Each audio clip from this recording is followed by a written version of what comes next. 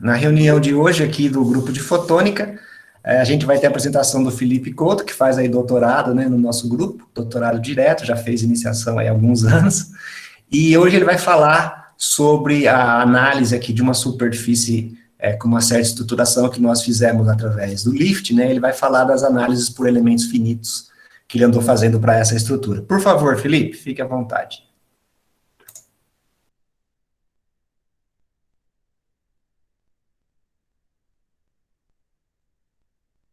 Tá sem som, viu, Felipe? Ah, tá, tava com o microfone desligado.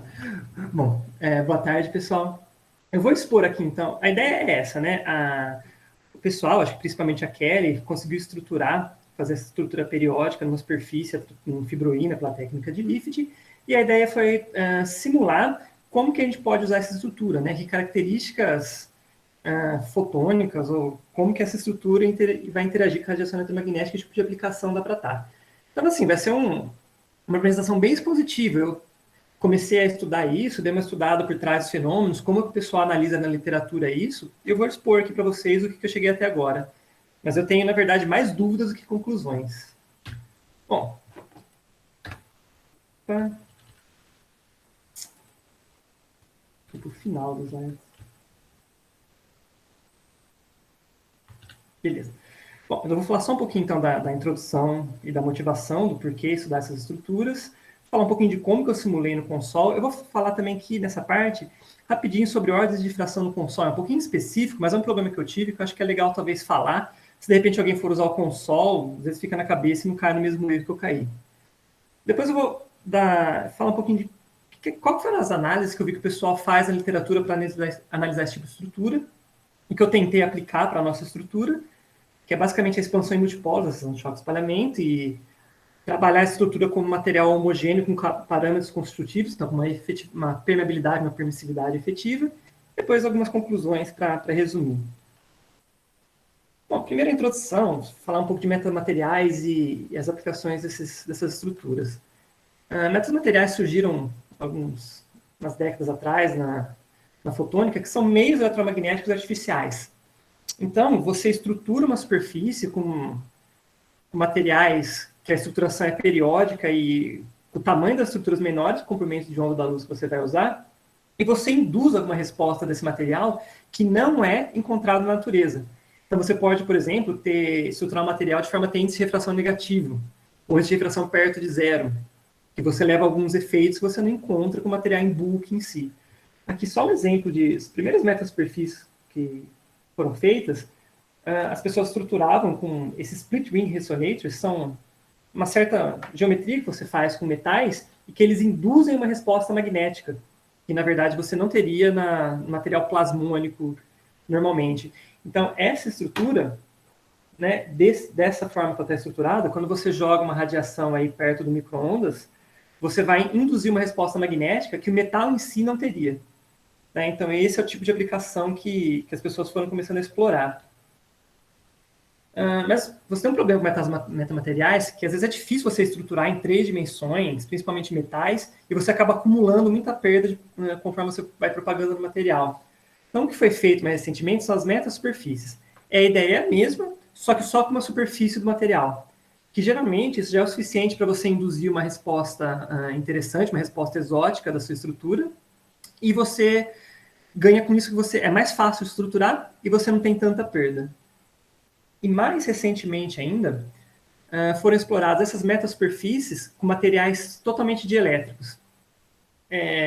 Você tem menos perdas ainda do que com materiais metálicos, porque você não tem perdas ômicas, né? Você não vai induzir correntes livres, você vai induzir correntes de deslocamento.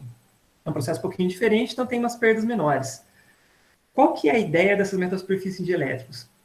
O campo eletromagnético, ele vai induzir, quando você tiver alguma estruturação ressonantes de elétrons, por exemplo, alguma simetria, né, um cilindro, uma esfera, ou no nosso caso um elipsoide, você vai induzir algumas ressonâncias, são ressonâncias do tipo Mi, que são ressonâncias de espalhamento.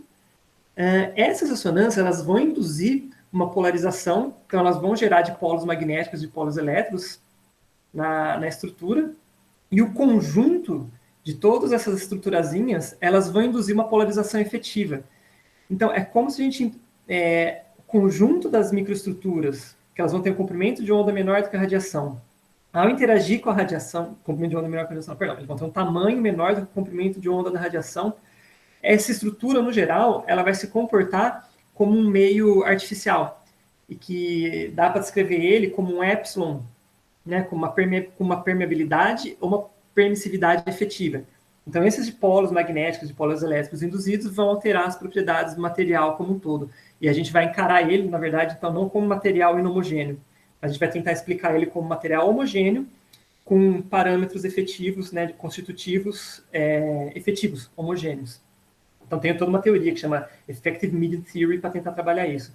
E você consegue, estruturando a geometria para alguns comprimentos de onda, de repente induzir um epsilon ou um mi efetivo negativo. Então, você vai ter um espelho dielétrico. E algumas aplicações são exatamente essas. As pessoas conseguem fazer espelhos de elétrons. Então, ao induzir esses dipolos na ressonância elétrica ou magnética, você tem um epsilon ou um mi negativo, você consegue fazer um espelho de elétrico com essas metasuperfícies. Com a vantagem de que ele não é igual os espelhos que usam as refrações de Bragg, né? Então, você não precisa de várias estruturas com contraste de refração. É só uma estrutura fina. Se ela tiver nesse regime de ressonância elétrica ou magnética, ela vai atuar como um espelho. E ele vai ter poucas perdas, porque vai ser um espelho de elétrico, então não vai ter perdas como um espelho de condutor teria. E uma outra aplicação que, quando essa reflexão é por um dipolo magnético, você tem um aumento no campo magnético, no campo elétrico, nas vizinhanças do material. Então, você pode usar isso também para aumentar a interação da radiação com a matéria. Uma outra aplicação, também buscando a literatura, é que quando você consegue sintonizar no mesmo comprimento de onda as ressonâncias de polo elétrico e magnético, você suprime a reflexão. Então, na verdade, é um pouco ao contrário. Quando as reflexões estão diferentes, em posições diferentes, você tem picos de reflexão na sua estrutura. Mas se você consegue, mudando os parâmetros da geometria, sintonizar elas no mesmo lugar, você suprime essa ressonância. Então, você, na verdade, você impede a reflectância e você aumenta a transmitância da estrutura. Então, também é uma aplicação que é buscada na literatura. Bom, falando rapidinho de como foi caracterizadas as estruturas, a Kelly, se eu não me engano, ela fez imagens de MEV e de AFM na estrutura. Então, aqui a gente conseguiu tirar a altura dela. A gente caracterizou ela como elipsoide, né? Então, aqui é regular no x e y, mas não é uma esfera, porque o raio em x e y é maior do que a altura. Então, a gente caracterizou como elipsoide. E pela imagem J, fazendo a imagem do MEV, eu fiz uma distribuição dos raios médios. Então, a gente analisou mais ou menos nessa região onde está a maior concentração de raios das esferas. E também eu fiz a caracterização da rede e eu percebi que ela é um pouco assimétrica, né? Então, essa rede, a gente tem dois vetores de rede, um aqui e um aqui. Esse vetor aqui em Y, ele é um pouquinho menor na média do que os vetores em X. Então, eu caracterizei essa rede como uma rede anisotrópica. Então, essa fica a célula unitária da rede. Aqui é só para comparar, né? Se fosse uma rede isotrópica, a célula seria assim, mas não foi isso que eu usei. A gente acabou achando mais realista considerar a rede anisotrópica, que fica dessa forma. Então, o modelo computacional, ele fica assim. Então, a gente tem uma porta de excitação, a gente excita uma onda plana aqui, todas as paredes aqui são condições periódicas de contorno, condições de Floquet, porque a gente pode excitar uma onda plana que tem um vetor de onda que não é normal, então a gente precisa corrigir as fases aqui nas condições de contorno, isso que é a condição de Floquet. Eu coloquei 3 meios, o meio 1 e o meio 2, que é ondecida, esses 2 meios são ar, e aqui depois que passa pela estrutura, eu simulei com o ar e com o substrato, para verificar qual é a influência do substrato também ao passar pela estrutura, né? Que eu acabei vendo que nas simulações elas dizem que tem uma diferença muito grande. E aqui é uma porta passiva, né? Que vai absorver essa onda que foi excitada nessa porta aqui e vai calcular as ordens de difração. É meio ruim de ver aqui em 3D, mas a ideia é essa. Aqui é só aquela parte que eu falei que é um pouco mais técnica do console. É o seguinte, a primeira coisa que eu fiz foi só colocar uma porta de excitação, que excita a onda normal, e uma porta que absorve e calcula os parâmetros da onda normal. E se você tem um problema, quando o comprimento de onda ele é muito pequeno aqui, comparado com a sua grade, né, com a sua estrutura, você vai ter difração. Se você não colocar as ordens de difração no console, você tem algumas reflectâncias que são espúrias. O que acontece? Se você ver bem aqui, essa é reflexão de ordem zero, e se você não colocar portas de reflexão é que você vai analisar, e essas são as reflexões de difração. Se você não colocar uma porta específica para essas reflexões, elas não vão ser absorvidas. Então, elas vão levar reflexões espúrias. Então, esse foi o primeiro modelo que eu fiz, que depois eu fui perceber que está errado, e esse é o modelo certo. Quando você absorve corretamente as ordens difratadas, você vê que a reflexão total ela é muito menor. Então, é só um cuidado, se alguém, de repente, for trabalhar com isso, para ter em mente. Vê bem se você está no regime que você vai ter difração. Se você tiver, você tem que considerar isso no seu modelo, senão você vai ter reflexões espúrias. Isso pode gerar um problema, porque acaba você tendo muitas portas. Se você está num comprimento de onda muito pequeno, você tem muitas ordens de refração, de difração que você tem que contar. Então, o modelo acaba ficando muito grande. Então, uma solução para isso, você coloca uma camada PML aqui no fundo. Então, na verdade, você absorve algumas reflexões. Então, você só tem que considerar, na verdade, você absorve a onda transmitida, né? Então, você só tem que considerar a reflexão das ondas, só tem que considerar as ondas refletidas. Então, você diminui um pouco na metade o número de portas que você precisa e você reduz bem a memória que o seu modelo precisa para funcionar. E aqui é só para a gente ver, aqui, se vocês forem bem nessa metade para cá do gráfico, eu não tenho ordens de difração. Então, não importa se eu usar só as portas normais ou se eu calcular todas as ordens de difração. Para essa metade vai ser igual. Mas daqui para cá, se eu não considerar as ordens de difração, que nem nesse gráfico, eu vou ter as reflexões espúrias dessas reflexões aqui que não foram absorvidas. Isso aqui é mais um adendo, é só se de repente alguém for mexendo com o Sol, ter isso em mente. Bom, simulações de reflectância. Então, eu fiz uma distribuição de diâmetros, né, onde estão a maior distribuição que a gente calculou. A gente vê que ela não tem muita diferença, né? Então, aparentemente, nesse regime aqui, o diâmetro dos nossos elipsoides ele não é tão relevante. Então, a gente tem esse gráfico, esse heatmap aqui para a reflexão total. A gente tem um pico aqui, perto de 3.600, mais ou menos. Aqui, só para a gente ter uma noção, eu dividi a reflexão total pela reflexão de ordem zero. Então, daqui para cá, a gente ainda tem algumas reflexões que são de difração. A partir aqui de 4.000 e pouco para frente, que a gente vai ter só reflexão de ordem zero, que a gente vai suprimir a difração. E é geralmente nesse regime, que é o regime de metasuperfície, que as pessoas costumam trabalhar na literatura, né? Então, daqui para cá, pode ter outros fenômenos que não são exatamente de metasuperfície. Bom, mas aqui essa reflexão aparentemente é de ordem zero, e isso é sem considerar o substrato. Agora, considerando o substrato depois da estrutura, a gente vê que essas reflexões elas são suprimidas, né? Então, aqui vai praticamente até uma reflectância. Considerando o substrato, vai para 0,035. Então, a primeira coisa que eu observei é que quando a gente considera o substrato, na simulação, essa reflectância some, praticamente. Mas, por outro lado, se a gente for considerar a estrutura sem o material, se fosse considerar a reflectância no vidro, a reflexão de Fresnel, ela ainda ia ser um pouquinho maior do que isso. Então, bom, os picos de reflectância não aparecem quando a gente considera o substrato, mas, por outro lado, a gente tem uma reflectância menor do que o esperado para o substrato não estruturado. Então, aparentemente, a simulação indica que, de alguma forma, a gente está suprimindo a reflexão de Fresnel do substrato. Bom, esses são os resultados por enquanto. Aí eu vim com uma hipótese, porque eu fiquei um pouco pensando, será que isso faz sentido, né? Só a presença do substrato ia ter tanta relevância? Porque um dos artigos que eu me baseei é isso daqui, que as pessoas fizeram basicamente o que a gente fez, só que com cilindros de silício. Só que no artigo, ele também faz simulações e ele não considera o substrato nas simulações do artigo. Eu reproduzi as simulações do artigo considerando o substrato e não considerando o substrato. Tem uma diferença, mas não é tão gritante quanto a que eu observei. Na verdade, os picos de reflexão, quando eles existem, eles se mantêm, com e sem o substrato. Então, a minha hipótese é que a influência do substrato ela é relevante quando o contraste de índice de refração é pequeno. O que acontece? O nosso índice de refração do nosso material que a gente está usando é 1,59, 1,559, não é 1,5 praticamente. E o do substrato é 1,5. Aí, para confirmar isso, eu fiz simulações variando esse índice de refração do material. E as reflexões elas começam a aparecer a partir de 2,75. Então, a minha hipótese por hora é que, bom, pode ser verdade, pode ser que, de fato, então, a presença do substrato ela vai suprimir essas reflexões, porque o nosso contraste de índice de refração entre o material e o substrato ele é muito pequeno. Se o contraste fosse maior, essas reflexões ainda poderiam aparecer e a presença do substrato já não ia ser tão relevante.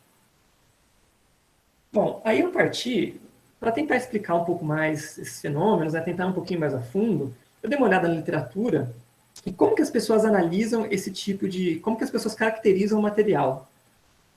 Uma das análises é a simulação da seção de choque, espalhamento da estrutura, para fazer a expansão em multipolos dessa seção de choque e tentar identificar onde estão as ressonâncias de polo elétrico e de polo magnético.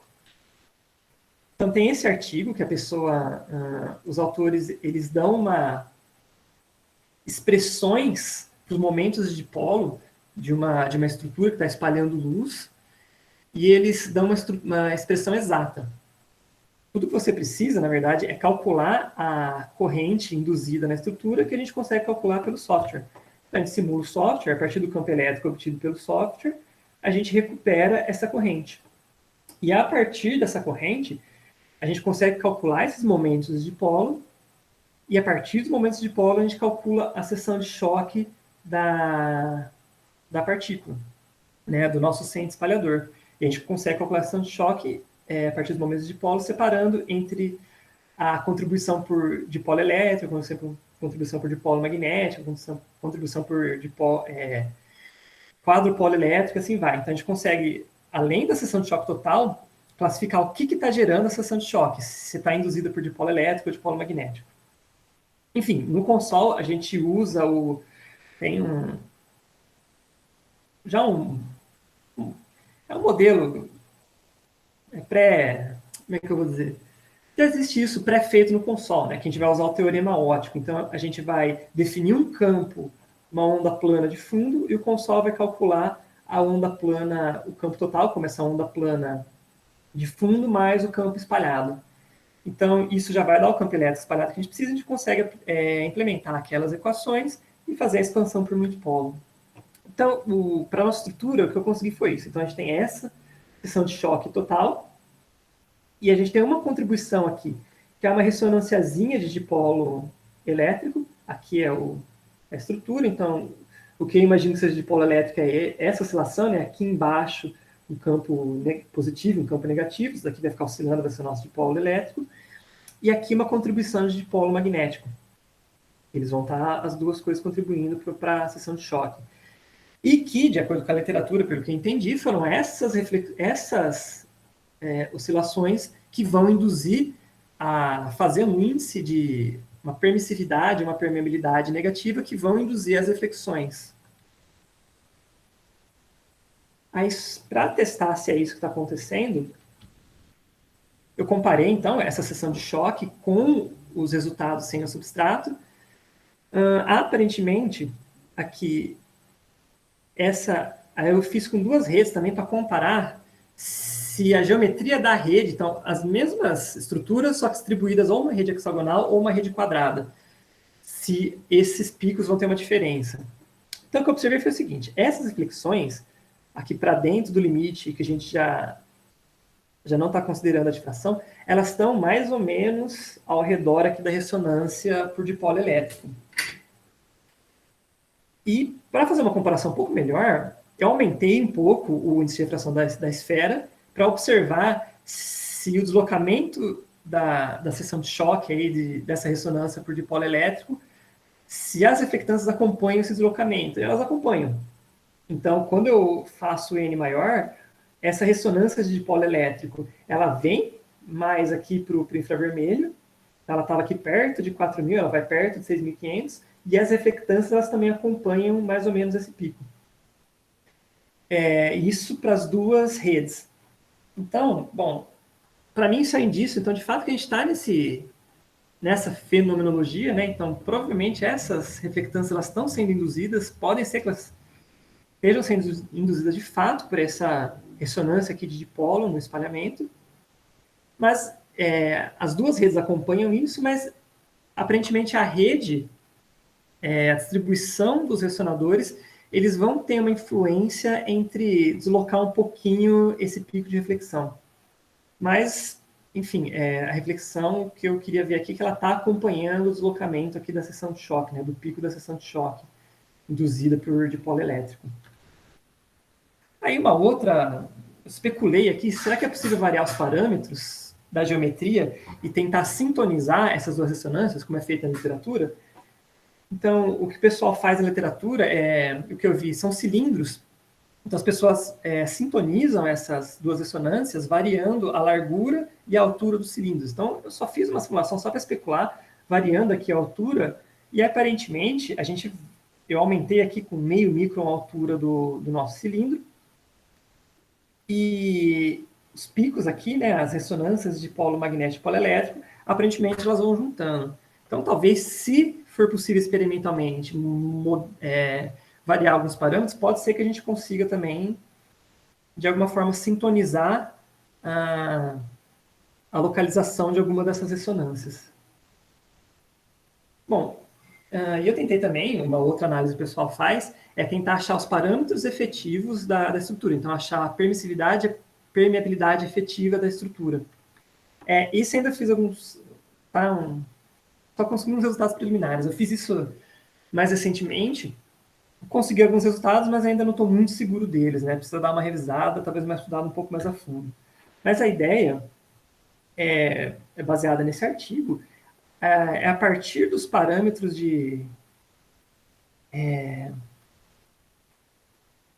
das parâmetros de espalhamento que a simulação retorna para a gente. Então, a gente tem duas portas e elas retornam esses parâmetros de espalhamento. A gente consegue, a partir deles, tirar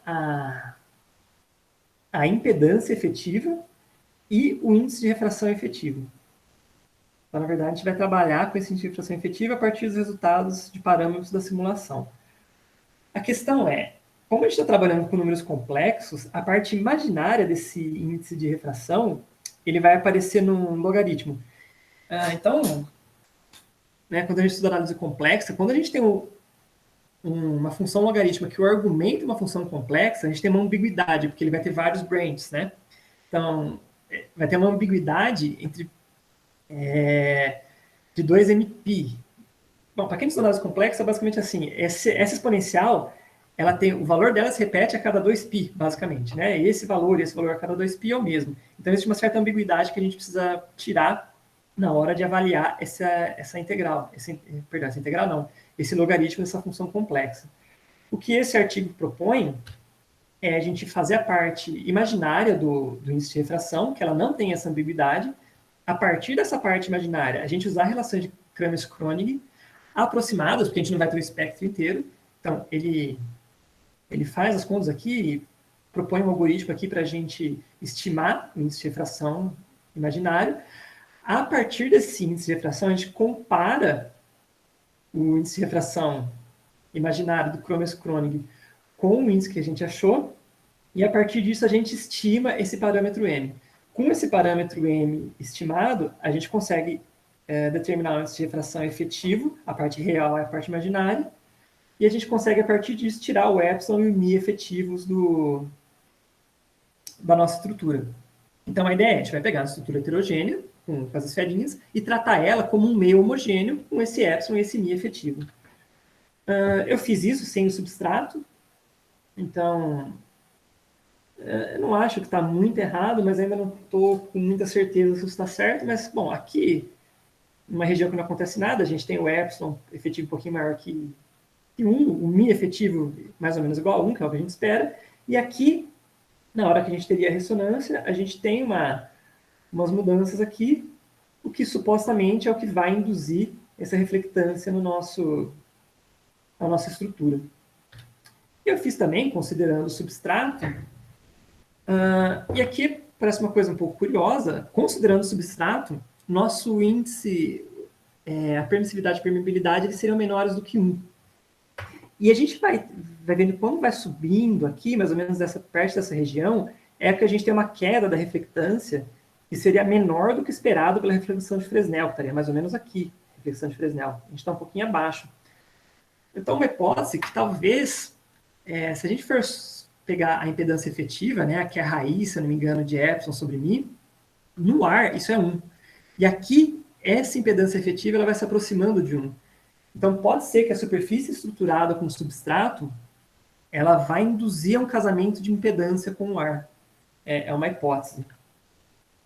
Bom, só para mostrar na literatura como isso é feito, né, porque eu tentei me basear em algumas coisas que o pessoal faz, e eles fazem isso. Então, por exemplo, a minha estrutura aqui, com alguns cilindros que a pessoa faz, tudo de elétrico, e eles fazem essa análise da permissividade, da permeabilidade. Eles observam aqui, né, quando você tem as ressonâncias por dipolo elétrico e dipolo magnético, elas ficam negativas e elas induzem algumas reflectâncias. Então, assim, só para tentar situar o porquê que eu tentei fazer o que eu mostrei agora há pouco, né? Porque isso existe na literatura. Então, eu tentei reproduzir, trazer para a nossa estrutura esses tipos de resultados. Bom, e só para finalizar, tem uma comparação com o resultado experimental, uma comparação preliminar. A Kelly fez algumas medidas de ATR, que é uma técnica de espectroscopia no infravermelho, mas que, na verdade, você usa ATR, Attenuated Total Internal Reflection. Então, você vai pegar um cristal, jogar a onda infravermelha no regime que você vai ter reflexão interna total, e sua amostra vai interagir com a onda evanescente dessa reflexão interna total. Então, se ela absorver, ou no nosso caso, que a gente espera, se ela refletir, você vai atenuar esse sinal de reflexão interna total. Então, você vai comparar a diferença do sinal que entrou com o sinal que saiu e tentar inferir aqui o que está acontecendo com a sua amostra a partir desse sinal. Bom, a primeira coisa que a gente conseguiu foi isso. Então, eu comparei o resultado do experimento, que está aqui, em laranja, com o experimento considerando o substrato para incidência normal. A gente tem uma queda mais larga aqui, mas essa região ela é um pouco complicada porque existe sinal da fibroína, né? Então, existe uma certa absorção da fibroína, que o Kleber achou na literatura, então pode ser que isso afete nosso sinal. Então, essa parte não é tão confiável. Mas aqui, nessa região, a gente consegue ver uma certa correlação entre a reflectância aqui esperada na simulação com o sinal do ATR, que a gente acha que é um pouco promissor. E aí eu fiz, isso daqui eu acho que eu nem mostrei para o Kleber ainda, mas eu fiquei um pouco encanado com esse ATR, né? Porque aqui, na verdade, o que eu simulei é o vetor de onda chegando normal aqui na nossa estrutura. Só que o ATR, como é onda evanescente, o vetor de onda da onda evanescente está para cá. Então, eu fiz uma simulação explícita da medida de ATR. Então, eu coloquei a minha onda entrando no meio, com algum índice de refração, na condição de reflexão interna total na interface com o substrato. E eu fiz essas medidas para as duas polarizações, né, para a polarização S e para a polarização P. Você ainda observa aqui a queda e você observa também uma certa correlação do sinal. Então, simulando o ATR, dá para a gente ter duas regiões aqui que não estão tão distantes, né, que a gente pode esperar alguma correlação com o sinal. Mas isso ainda tem uma série de problemas, né, porque o sinal aqui é muito baixo. A reflectância aqui que a gente está esperando, ela é super baixa, na verdade, né? Então, se a gente for olhar aqui, a reflectância é de coisa de 1%. Então, é um sinal baixo, é uma coisa difícil de comparar, mas que aparentemente pode existir uma certa correlação. Então, a gente está achando esses resultados aqui um pouco promissores. Bom, só para concluir o emaranhado, desculpa, talvez tenha ficado um pouco confuso o seminário, mas é porque, que nem eu disse, né, ainda são coisas que eu estou explorando, né? Então, elas não fixaram tão bem na minha cabeça, mas a minha ideia aqui era expor para vocês o que eu tenho feito e, de repente, aparece alguma ideia, né, alguma luz. Mas, enfim, os principais pontos. Existe uma diferença nas simulações com e sem o substrato. O que eu acho que pode acontecer é que a presença do substrato ele vai suprimir as ressonâncias nas estruturas. Se a gente estiver no regime que a literatura fala né, que a literatura trabalha para as metasuperfícies, que as ressonâncias de dipola que vão induzir as reflectâncias, se a gente tem a estrutura com índice de refração muito próximo, a luz ela não vai ficar confinada no nosso substrato, na nossa estrutura. Pode ser que ela tunele para o substrato. Isso suprime, então, as ressonâncias e isso suprime a nossa reflexão. Né? olhando por essa ótica, isso pode fazer sentido. Então, pode ser coerente esse resultado que a gente observou nas simulações. A gente fez a expansão em multipolos e estimou os parâmetros efetivos. E uma pergunta que me surge, que pode ser verdade, né, que as reflectâncias previstas sem o substrato, elas são provenientes das ressonâncias. Então, se a gente não tivesse substrato e observasse aquela reflectância, elas seriam provenientes das reflexões por dipolo? Simulações que eu fiz, principalmente variando de nível de refração e vendo as ressonâncias acompanharem, as reflectâncias acompanharem a ressonância por dipolo, elas indicam para mim que pode ser, talvez a gente esteja nesse regime, sim. E em comparação com os resultados experimentais, a gente tem algumas correlações com as medidas de ATR e as simulações, que elas são promissoras, mas um próximo passo seria alguma medida direta da transmitância. Então, incidir realmente a onda normal e observar a transmitância. Isso tem alguns desafios, né, porque é difícil achar espectrômetro, né, para essa região espectral, mas eu acho que a ideia nos próximos passos é fazer essa medida. E uma outra ideia também, que o Kleber propôs, é dopar com GO essas estruturas para tentar aumentar a índice de refração delas e a gente observar o que acontece. Bom, essas foram as principais referências que eu usei. Se alguém quiser, depois eu posso mandar algumas delas. E é isso, gente. Obrigado.